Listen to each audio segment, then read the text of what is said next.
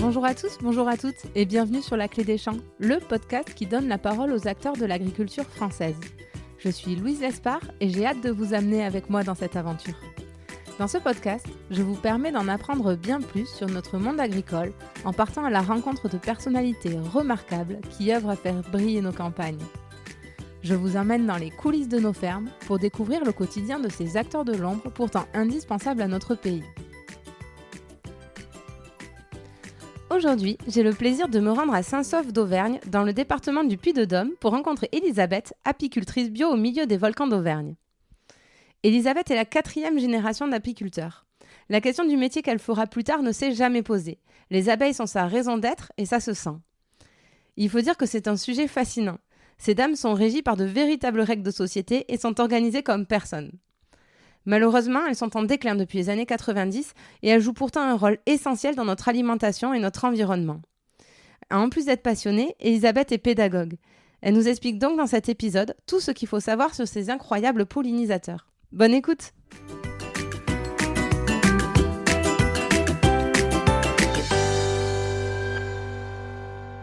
Bonjour Elisabeth. Bonjour. Merci beaucoup de nous accueillir chez toi. Pour démarrer, est-ce que tu pourrais nous expliquer qui tu es et où c'est qu'on est actuellement ? Donc, je m'appelle Elisabeth Taillandier, je suis apicultrice depuis toujours. Donc là, on est sur la commune de Saint-Sauveur, dans le massif de Sancy, donc à 1 heure à peu près à l'ouest de Clermont-Ferrand. Donc on est en altitude, dans un village assez ancien et pittoresque. Ouais, c'est magnifique. Et là, on est dans la boutique où tu vends tes produits issus de tes abeilles. Là, je suis dans l'atelier où je fais les fabrications, où j'extrais le miel et où les gens viennent aussi visiter la ruche. Un petit parcours à l'extérieur pédagogique et ils viennent déguster des miels et bien sûr les acheter ici. Et est-ce que tu pourrais nous décrire ton exploitation ? Où c'est que sont situées tes ruches ? Combien tu as d'abeilles ? Je ne sais pas si on te demande ça, mais est-ce que tu peux nous décrire ça ? Alors, en fait, donc moi je suis la 4e génération d'apiculteurs. Donc on a augmenté progressivement le nombre de ruches. On a toujours été sur Saint-Sauveur. Mais mon arrière-grand-père avait 10 ruches, mon grand-père en avait 150, mon père en avait 400. Quand je me suis installée avec lui, on est monté jusqu'à 600 ruches. Et maintenant, j'ai 250 ruches en bio depuis 2010. Mes ruches, elles sont situées dans le parc des volcans. Donc l'objectif, c'est qu'elles soient vraiment en montagne et dans le massif du Sancy et au milieu des volcans d'Auvergne. Et pour toi, ça a été quoi le déclic ? Tu le disais, tu étais la 4e génération. Oui. Ça t'a paru évident de reprendre ? Pour moi, quels que soient les stages que j'ai faits, autant en 3e qu'en master. Tout à la maison. Voilà, ça a toujours été quelque part, je sais pas, peut-être un instinct de survie ou quelque chose, ou une mission... comme on peut le voir dans les séries, il fallait que je perpétue la tradition et que je perpétue surtout les abeilles. Et maintenant, ce qui peut s'apparenter au sauvetage des abeilles. Oui, on en discutera ensuite. Justement, pour parler des abeilles, est-ce que tu pourrais nous parler du comportement des abeilles ? J'ai l'impression qu'elles vivent comme une société et qu'elles sont hyper organisées, non ? Alors, en fait, il faut considérer une ruche d'abeilles, une colonie, comme un corps humain dans son entier, donc où le cœur va être la reine, mais chaque individu est une cellule de l'entité générale et participe à sa survie.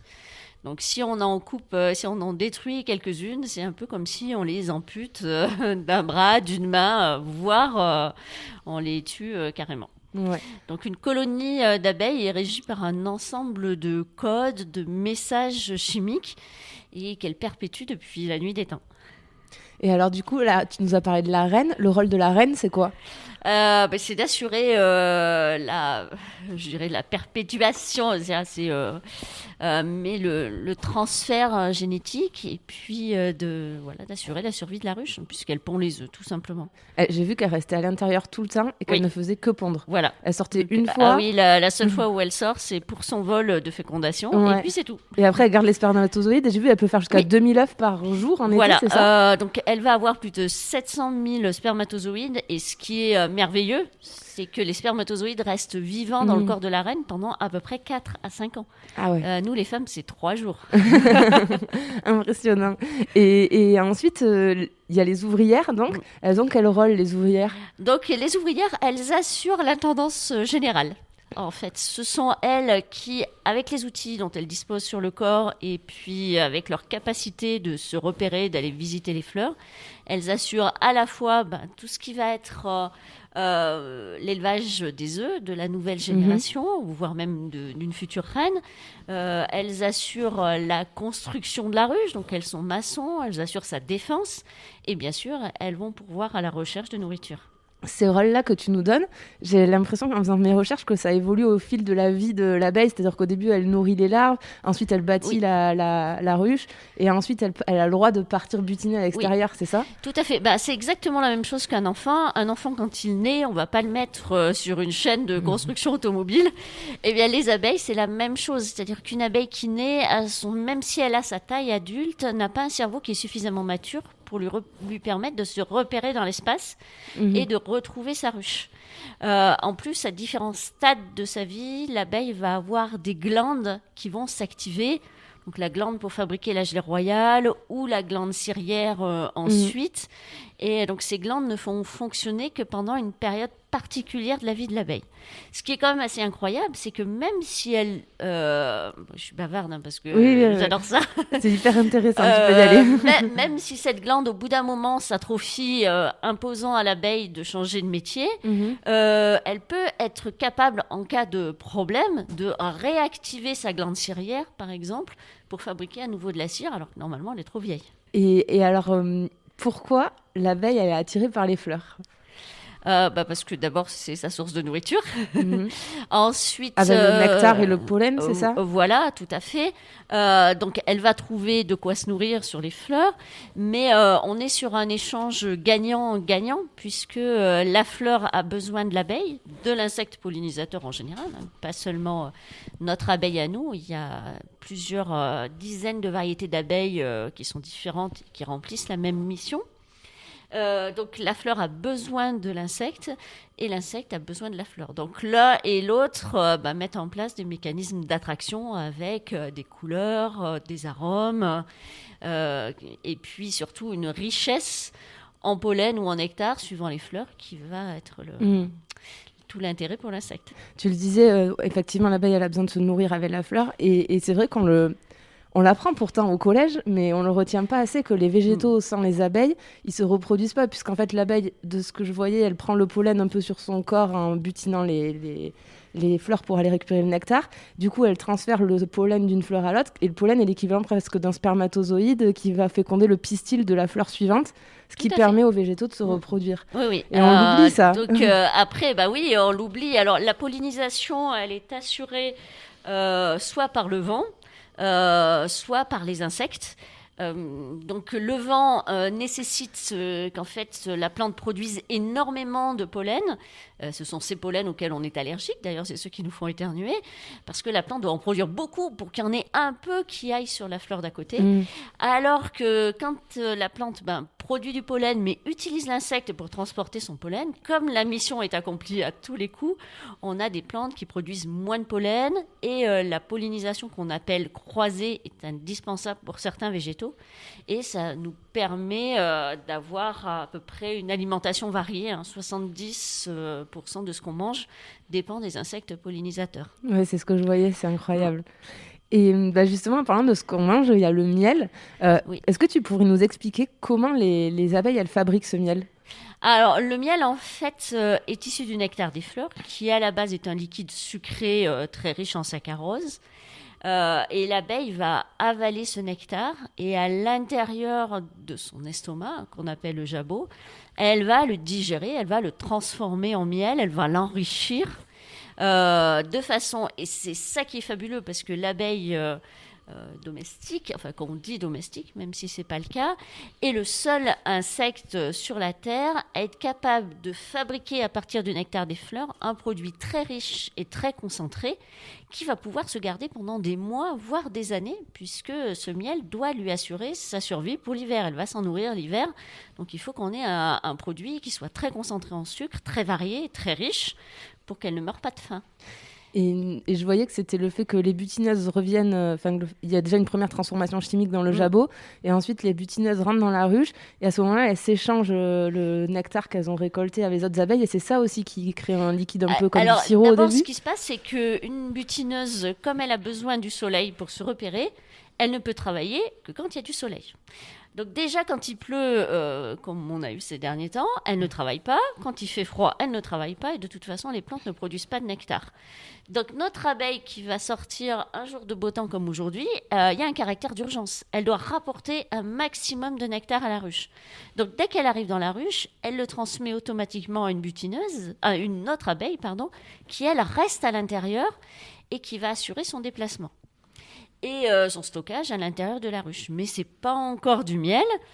Et la nuit, comme il n'y a pas de soleil, on ne peut pas bosser. Donc on va travailler à l'intérieur de la ruche. Et c'est à ce moment-là que tout le monde va reprendre le nectar dans son jabot et va achever la transformation de ce nectar en miel. Et du coup, après, elle le stocke dans les alvéoles, c'est ça? Et ça reste là en réserve. Voilà, donc à partir du moment où elles l'ont suffisamment synthétisé, où il a seulement 18% d'eau, dès qu'il a le bon pourcentage d'eau, elle ferme les alvéoles, elle les opercule et après, elles pourront ouvrir l'opercule des mois après. Le miel n'aura pas bougé, il sera toujours intact. Et du coup, ce qui fait qu'il y a une saisonnalité de la fabrication du miel, en tout cas pas de la consommation, parce que c'est un produit qui se conserve, mais de la fabrication. Oui, tout à fait. Alors après, quand on vit dans des pays plutôt exotiques, quand on vit aux Antilles, par exemple, il y a des fleurs toute l'année. Donc les abeilles sont un peu plus feignantes, c'est-à-dire que instinctivement, comme elles savent qu'elles ont à manger toute l'année, elles ont tendance à moins stocker de miel dans la ruche et encore quoi que le réchauffement, enfin le dérèglement climatique est en train de modifier énormément de choses. Mais elles stockent beaucoup moins de miel que dans nos régions à nous dites froides, où elles savent que la saison est très très courte et donc il faut ramasser un maximum de miel parce que l'hiver va être lui très très long. Oui, parce que sinon elles pourraient se nourrir juste avec le nectar qu'elles vont butiner directement. Alors ça, ce sont les bourdons ou les abeilles dites solitaires. D'accord. Elles consomment le nectar dès qu'elles le récoltent, mais elles le stockent très très peu longtemps. Et elles s'en servent uniquement pour les œufs qu'elles élèvent. Et alors ensuite, il y a l'intervention de l'homme pour augmenter cette production de miel finalement. Comment, toi, en tant qu'apicultrice, tu interviens de A à Z en créant les ruches, etc. Alors moi déjà, je suis en bio, donc ça veut dire que j'ai une pratique particulière. Puisque en bio, je ne peux pas utiliser des moyens, on va dire, alternatifs. Je ne peux pas les nourrir chimiquement avec du sucre. Ça doit rester extrêmement limité et en cas de famine seulement pour éviter qu'elles ne meurent. Donc en fait, je suis un chef d'orchestre qui est en permanence sur les ruches et puis qui regarde ce qu'elles font, comment elles travaillent, est-ce qu'elles en rentrent un petit peu. Et puis je n'interviens qu'à partir du moment où elles n'ont plus de place et qu'elles risquent de se retrouver coincées. C'est à ce moment-là que je vais poser des boîtes pour pouvoir récolter le miel. Et ensuite, j'interviens par floraison. C'est-à-dire qu'une floraison, un type de plante particulier comme le pissenlit, ça va fleurir pendant 3 semaines. Donc, je récolte au bout de 3 semaines. Mais cette année, par exemple, le peu qu'elles ont récolté, je leur ai laissé. Ça ne servait à rien de les amputer de miel. Et j'ai bien fait parce qu'après, on a eu 1 mois et demi où les abeilles n'ont pas pu sortir. Donc, tout ce miel qu'elles avaient récolté en mai, elles l'ont complètement mangé. Et heureusement, parce que c'est ce qui assure leur survie. Oui, il faut trouver le juste équilibre entre en prendre pour nous, mais leur en laisser pour qu'elles puissent manger. Tout à fait. Et puis surtout, quoi qu'on en dise, tous les sucres sont des sucres de synthèse, puisqu'ils sont issus ou de betterave ou de canne à sucre, qui peuvent contenir des résidus chimiques, et le sucre, ça reste du saccharose, alors que le miel, c'est pas moins de 10 sucres différents, c'est des vitamines, des sels minéraux, des substances antibiotiques. Donc, j'ai plus intérêt pour la survie des abeilles à leur laisser le miel qu'elles ont récolté plutôt que de leur piller et leur donner du sucre à la place. Ça sera bien meilleur pour elles. Tu nous parlais du miel de pissenlit, Oui. celui d'acacia aussi, on a celui de Bourdaine dans les Landes. Tu déplaces les ruches à côté de là où il y a la fleur pour créer le miel d'une fleur particulière? Moi, j'ai la chance d'habiter dans le massif du Sancy, où on a une des flores les plus riches et les plus diversifiées de France. On va trouver ici sur le Sancy des fleurs qu'on a dans le massif alpin. J'étais à Chamonix il y a 15 jours et effectivement, on retrouve les mêmes fleurs que chez nous. Sauf que chez nous, comme il fait un peu plus doux, même s'il pleut un peu plus, les abeilles, elles peuvent sortir. Donc après, c'est à moi de m'adapter. On a des ruches qui vont faire 3 récoltes en restant au même endroit. Alors, historiquement, mon père a transhumé les ruches jusque très loin, jusque dans les Corbières, dans les années 70, parce que à l'époque, dans le Sancy, on avait 6 mois d'hiver. Il neigeait de novembre jusqu'à avril quasiment. Alors, dans le midi, les abeilles commençaient à travailler plus tôt. Petit à petit, on s'est rapproché, on a fait des transhumances que entre la plaine et la montagne, donc entre le secteur de Clermont-Ferrand, les bords de l'Allier, et ici le Sancy. Et là, petit à petit, je suis en train de limiter les transhumances parce que les abeilles ont beaucoup plus intérêt de passer l'hiver ici en montagne plutôt que de redescendre en plaine où elles vont pas trouver de nourriture et puis elles démarreront pas beaucoup plus vite avec le dérèglement climatique. Les transhumances, c'est comme le pastoralisme, c'est le fait de descendre les ruches en plaine quand il commence à faire très froid. Tout à fait. Donc en fait, maintenant j'attends quasiment le mois de novembre. Je ferme les ruches, donc ou un jour où il pleut, ou le soir à la tombée de la nuit, pour être sûr que tout le monde soit dans la ruche. Donc je ferme les ruches, je leur mets une petite grille à l'entrée, et je les charge dans le camion, et j'ai 3/4 d'heure à 1h30 de route pour les plus lointaines, et je les décharge soit le lendemain matin, soit le soir, sur leur nouvelle destination, sur leur quartier d'hiver. Et au tout début, comment tu fais quand tu installes une nouvelle ruche?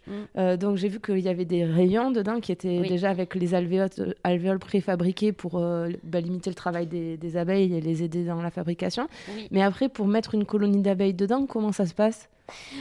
En fait, maintenant, le plus simple, ça consiste à acheter une colonie d'abeilles qu'un apiculteur éleveur a déjà fabriquée. D'accord. Mais sinon, cette année, c'est ce qu'on fait beaucoup parce qu'on ne fait pas de miel. On participe à la régénération des colonies. C'est-à-dire qu'on prend une très belle ruche qui a beaucoup de monde. On va lui piquer 3 rayons avec les œufs et les abeilles qu'il y a dessus, ainsi que des réserves de miel. Et puis, on va mettre ça dans une petite ruche, une ruchette, et on va les emmener 3-4 km plus loin. D'accord. Et donc, après, on a 2 solutions. Soit on les laisse élever toutes seules comme des grandes une nouvelle reine, et on les surveille attentivement jusqu'à la naissance de la reine, donc 16 jours après. Et puis ensuite, on va surveiller la fécondation de la reine. Donc là, il va falloir encore au minimum 10 jours après, donc c'est assez long. Soit on fait ce que j'ai fait cette année, c'est-à-dire qu'on achète des reines auprès d'un éleveur. L'avantage, c'est que lui, il va avoir une vraie sélection du patrimoine génétique des rennes. Et donc les rennes, elles arrivent par la poste. Ce qui est super amusant cette année, c'est que les rennes, je les attendais. Et donc je suis allée voir le facteur à la Bourboule. Elles arrivent vraiment par la poste. Et donc le facteur me dit non, mais vous n'avez pas de colis aujourd'hui, c'est juste un colis Amazon. Je lui ai dit non, je commande pas Amazon. Donc, et donc effectivement, mes rennes étaient dans une boîte en carton. Amazon. Donc, alors non, même pas Amazon, mais pour lui, je ne pouvais recevoir qu'un colis Amazon et pas des reines d'abeilles vivantes, quoi.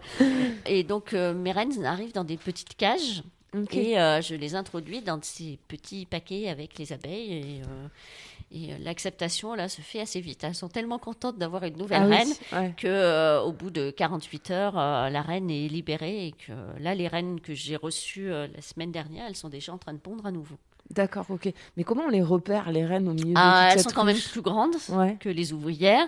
Et puis là, comme c'est un éleveur qui ne fait que ça, qui ne fait que vendre des reines et des abeilles, elles sont marquées avec une petite tache de peinture D'accord. qui va aussi qualifier leur année de naissance. Donc il y a des couleurs en fonction des années. Donc cette année, en 2021, c'est le blanc.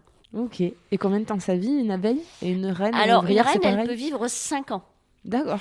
Alors, il y a des pratiques en apiculture qui consistent à systématiquement tuer les reines qui ont plus de 1 an.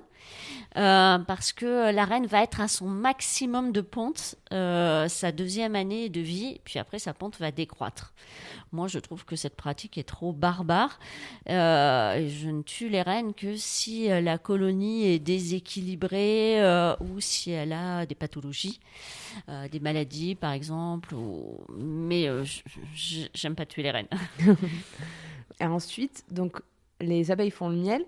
Comment toi tu les récupères? Est-ce que tu racles les rayons à la main? Est-ce qu'il y a des techniques particulières? Alors oui, alors il y a plusieurs choses. Déjà, donc cette année, comme on est sur une année où il fait pas très chaud, pour récolter le miel, je vais le récolter avec un plateau chasse-abeilles. C'est moins traumatisant pour les abeilles. C'est-à-dire que je mets un petit plateau et les abeilles, elles vont descendre dans la ruche pour retrouver leurs copines et elles pourront pas remonter au niveau des réserves de miel. Et donc après, je récolte. Donc ça, c'est plus facile qu'utiliser un souffleur à feuilles qui va être plus brutal et surtout quand il fait frais. Les souffleurs à feuilles peuvent laisser beaucoup d'abeilles sur les herbes vertes. Donc déjà, au niveau de la récolte, voilà comment je vais faire. Puis ensuite, je travaille par rucher, puisque même un rucher à 5 km du voisin, on peut avoir des saveurs ici complètement différentes. Ah ouais. Donc je récolte un rucher par un rucher, et ensuite, je vais l'extraire à la maison. Alors moi, en bio, je ne chauffe à aucun moment. Donc je travaille manuellement avec un couteau et puis une centrifugeuse. Et à aucun moment le miel n'est chauffé, c'est uniquement mécanique. Et c'est la force centrifuge qui va faire sortir le miel des alvéoles. Après, maintenant, il y a une autre technique que je commence juste à tester. J'avais vu ça au Québec quand je suis allée en congrès mondial. Ça consiste à retirer les gâteaux de miel et à les presser. Et on laisse avec le miel une partie de la cire. D'accord. Alors, cette technique de miel pressé est surtout intéressante en termes d'arôme et de saveur parce qu'on a beaucoup plus de cire, de pollen, on a plus d'impuretés. Donc, c'est très riche. Mais en termes nutritifs, les organismes qui font des analyses de miel n'ont pas montré de différence entre un miel pressé et un miel extrait par force centrifuge. D'accord. Mais ça, c'est une petite tendance. L'année prochaine, normalement, on proposera aussi du miel pressé. Alors, il y a des gens qui n'aiment pas parce goûter. que voilà, c'est moins transparent hein, puisqu'il y a des impuretés. Mais en termes de goût, c'est quand même génial. Et tu nous le disais, tu es en bio. Oui. Pourquoi tu as fait cette démarche et qu'est-ce que ça implique? Alors d'abord, je suis en bio depuis 2010. Donc là, c'est ma 11e année d'engagement. Donc ça date pas d'hier, c'est pas un effet de mode. Voilà. Au début, je suis passée en bio parce que y avait des gens dans le pays qui disaient ouais, mais c'est pas possible avec le miel qu'elle vend, elle peut pas le produire. D'abord, donc le bio, c'était la seule façon de leur dire bah non, ben moi je suis contrôlée chaque année. Il y a un type qui vient vérifier que ce que je fais chaque année, c'est correct, c'est conforme à un cahier des charges, que le miel que je vends, c'est bien ma production, et uniquement ma production, et que quand je mets une étiquette, bah derrière, il y a eu un contrôle, donc je ne trompe pas le consommateur. Et puis surtout, quand je suis passée en bio, comme les abeilles, depuis maintenant les années vraiment 90, sont infestées par un parasite qui leur suce le sang. En bio, on n'a pas le droit aux molécules chimiques, on avait droit uniquement aux acides organiques, aux huiles essentielles, et c'était la seule façon d'utiliser des méthodes alternatives. Ces huiles essentielles et ces acides organiques, on ne pouvait pas les utiliser en conventionnel, il n'y avait qu'en bio qu'on pouvait les utiliser. Donc c'était la meilleure façon que j'avais trouvée de pouvoir sauver mes abeilles. Passer en bio, utiliser ces molécules plutôt que des molécules chimiques et faire en sorte qu'elles se dépatouillent beaucoup mieux avec le parasite. vite. Donc, je vais faire la minute économie que je fais à chaque fois. Je voyais que le miel d'acacia, le pot de 250 grammes, tu le vendais 7,50 €. Est-ce que le bio t'implique une hausse de tes coûts et donc de ton prix de vente? Est-ce que tu arrives à garder un prix compétitif et t'y retrouver quand même? Comment tu gères là-dessus? Moi ici sur le massif du Sancy, bien que je sois en bio, je mets vraiment un point d'honneur à ne pas être plus cher que les gens qui sont en conventionnel. Parce que je pars du principe que tout le monde doit pouvoir accéder au bio. J'ai malgré tout des gens qui essayent d'argumenter pour obtenir une remise. Et moi, je ne brade pas, par contre, mon travail. Ça, Oui, je ne fais pas de remise. Là, si l'acacia est à 7,50, c'est parce que cette année, j'ai fait 80 kilos d'acacia. Au lieu de faire une belle année de récolte d'acacia, on fait 600 kilos à 1 tonne. Ah ouais. Donc, même en le vendant 7,50 €, je suis loin de payer ma petite vendeuse et moi-même à ce tarif-là. Mais l'acacia, on n'a pas le choix, ça va devenir un miel rarissime avec le dérèglement climatique. Ouais. Dans les Landes, on n'en a quasiment pas eu de Non, cette année, c'est absolument général. C'est-à-dire que tous les apiculteurs du nord au sud de la France, ceux qui vont dans l'Ain ou ceux qui sont en Occitanie, n'ont pas pu faire d'acacia. La gelée qu'on a eue au printemps est descendue vraiment très bas. Je voulais discuter aussi avec toi du lien qui m'a l'air très fort entre agriculture et apiculture. Au-delà du fait qu'on peut dire que l'apiculture est une forme d'agriculture, mais notamment avec les maraîchers, etc. Est-ce que tu peux nous raconter tout ça Alors, les liens entre apiculteurs et agriculteurs, c'est juste une très longue histoire empreinte d'amour et de haine. C'est ce que j'allais dire, pas que d'amour, j'ai l'impression. Alors, d'abord, il faut savoir que dans des pays comme les États-Unis, les apiculteurs sont payés pour la pollinisation, notamment en Californie, pour les amandiers. Donc, les gens qui élèvent des ruches, leur revenu leur est fourni essentiellement par les agriculteurs. Puisque la pollinisation, c'est à peu près, je crois, c'était monté jusqu'à 150 à 180 $ pour une ruche. Au Québec également, donc toujours dans le continent nord-américain, on utilise beaucoup les abeilles pour la pollinisation des myrtilles. Et puis tout ce qui est petits fruits, framboises, fraises. Nous, en France, la pollinisation représente 5% de l'apiculture. Donc c'est extrêmement rare, c'est surtout sur des régions comme Toulouse.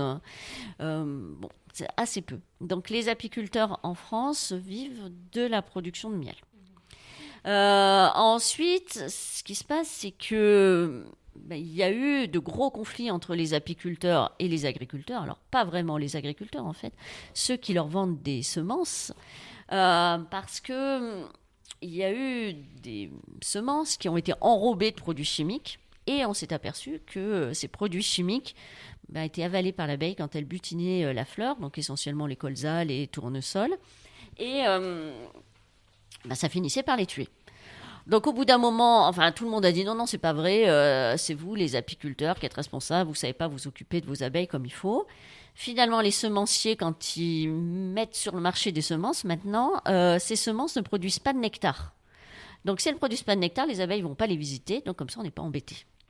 Mais on est quand même passé dans les années 80, quand on ne faisait pas de miel en montagne, les abeilles allaient sur le tournesol et la récolte moyenne par ruche de miel était de 80 kilos. Donc, les abeilles, il n'y avait pas besoin de leur donner du sucre l'hiver. Elles mangeaient ce miel de tournesol. Il y avait des molécules qui étaient utilisées pour les traitements qui sont maintenant interdites aujourd'hui. Mais ça ne les tuait pas, ça n'avait pas d'impact sur leur santé. Maintenant, sur le tournesol, ceux qui vont mettre les ruches en pleine sur les tournesols, ils font 5 à 10 kilos de miel à la ruche quand les abeilles ne sont pas mortes de faim parce que la plante n'a rien donné. Alors, il y a un paramètre hygrométrie du sol, c'est sûr, mais les semences ne donnent plus de miel. Comme ça, les semenciers ont trouvé la solution.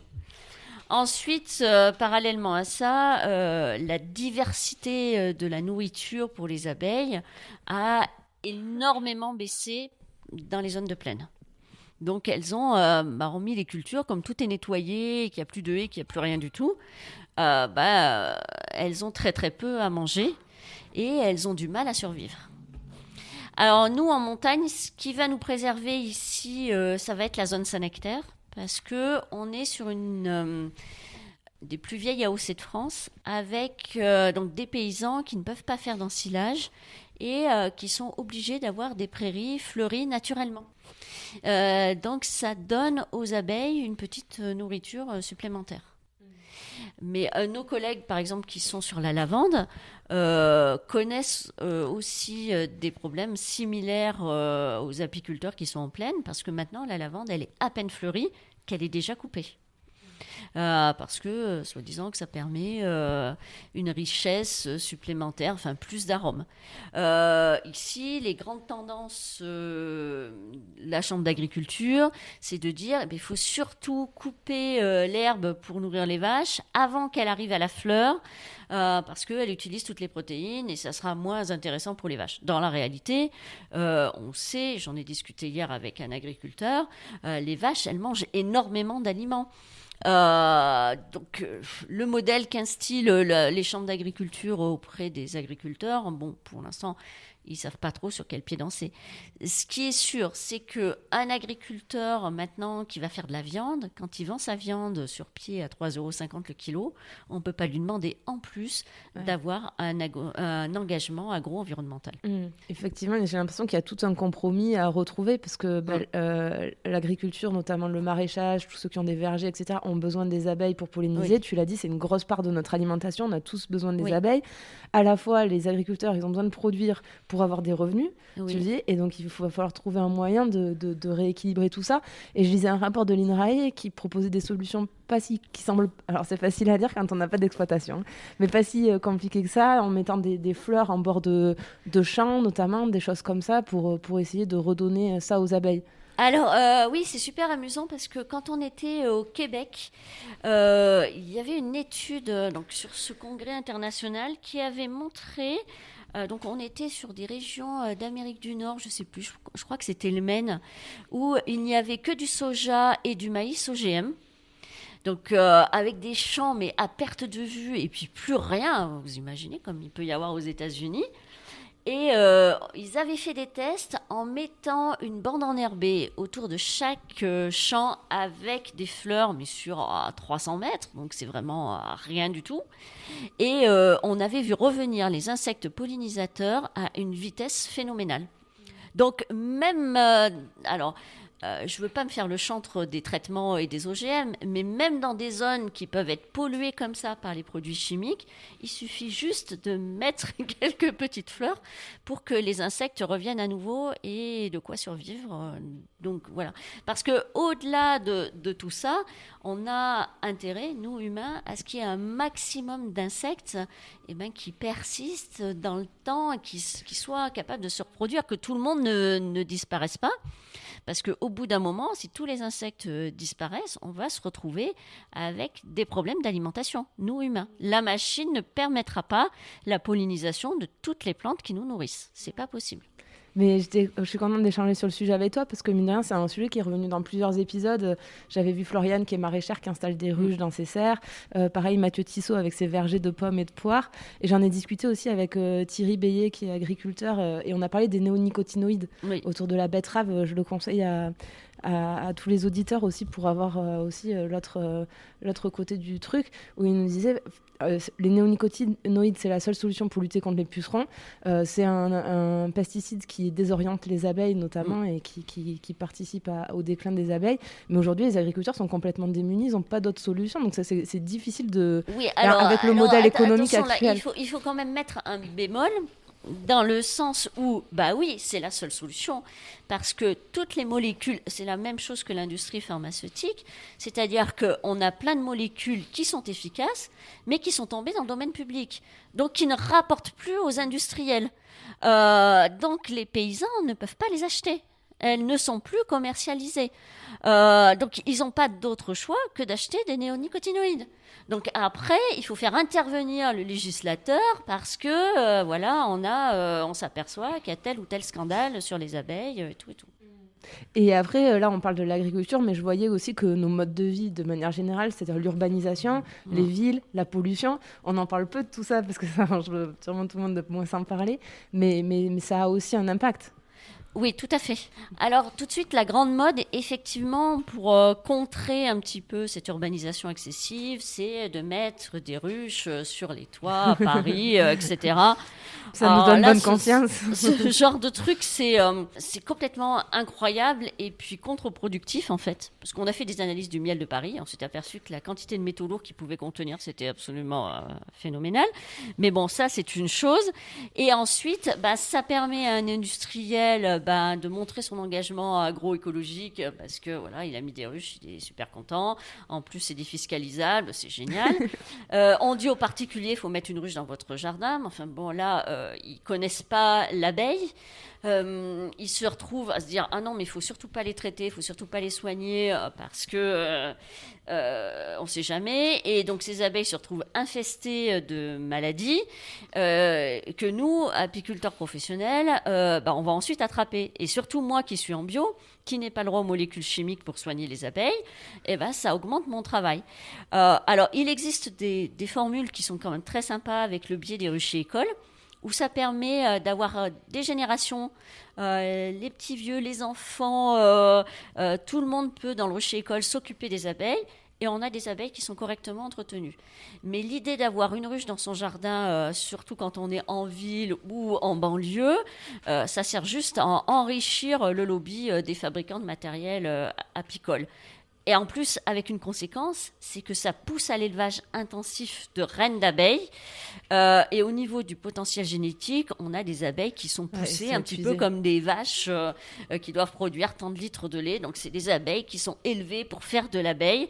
Et là, c'est pas très, très bon au niveau de la diversité génétique de nos abeilles et de leur survie.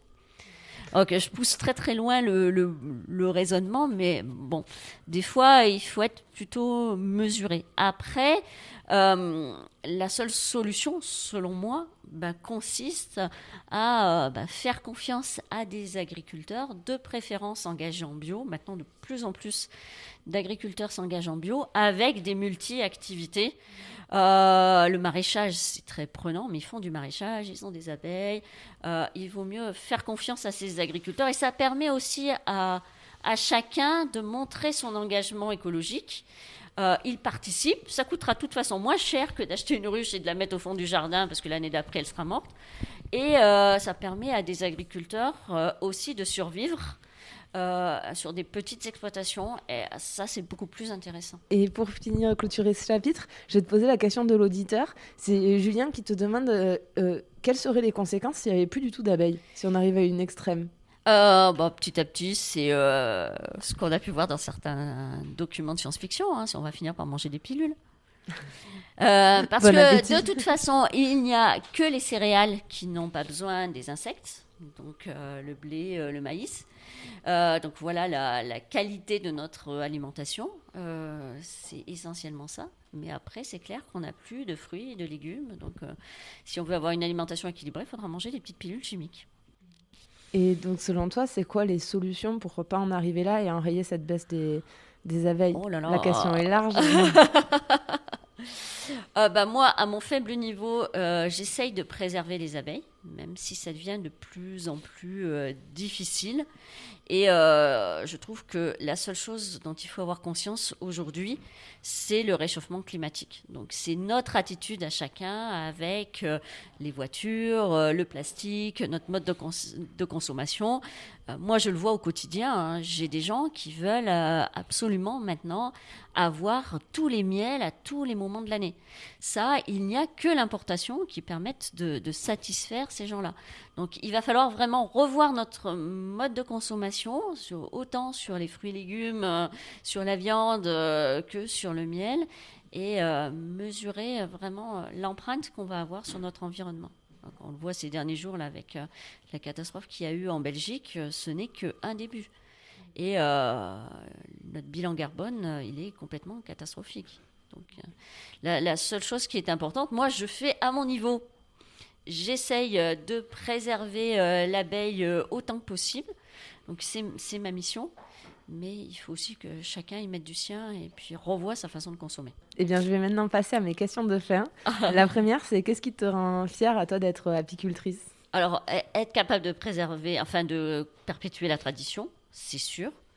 Et puis après, fière, je sais pas, parce qu'en fait, j'ai énormément de plaisir à être dans les ruches. J'ai énormément de plaisir à être au milieu des abeilles. Donc, bon, c'est elle qui m'apporte plus que je leur apporte en fait. Ma deuxième question, c'est est-ce que tu aurais un truc pour nous pour qu'on étale notre science au prochain brunch où il y a du miel à table? Oui, donc je disais que j'avais reçu un groupe de NJ. L'objectif, c'était de montrer le parallèle qu'il pouvait y avoir entre l'organisation des abeilles et l'organisation d'une entreprise.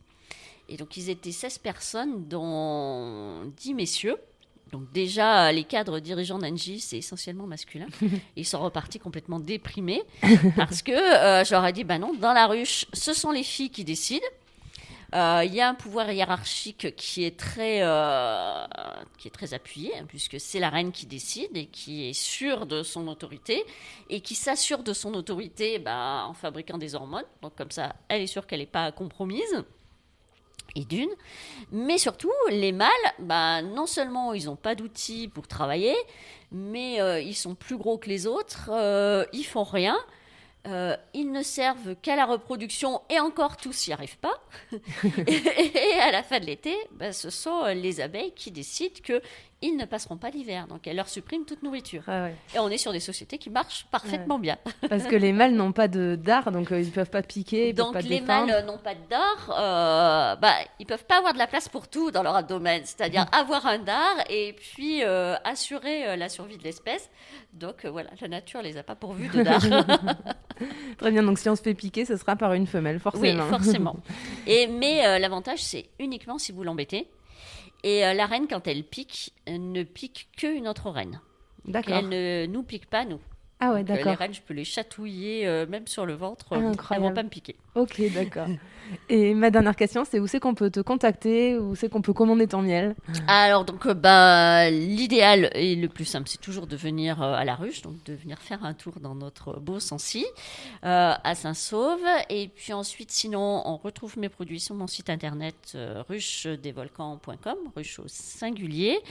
Et pour tous ceux qui ont des questions, vous avez une petite truc contact. Et quand je ne suis pas aux abeilles, en général, je vous réponds par mail pour ceux qui ont plein de questions. Voilà. Génial. Bon, merci beaucoup, Elisabeth. C'était vraiment passionnant. Eh ben de rien, merci à toi. À bientôt. À bientôt.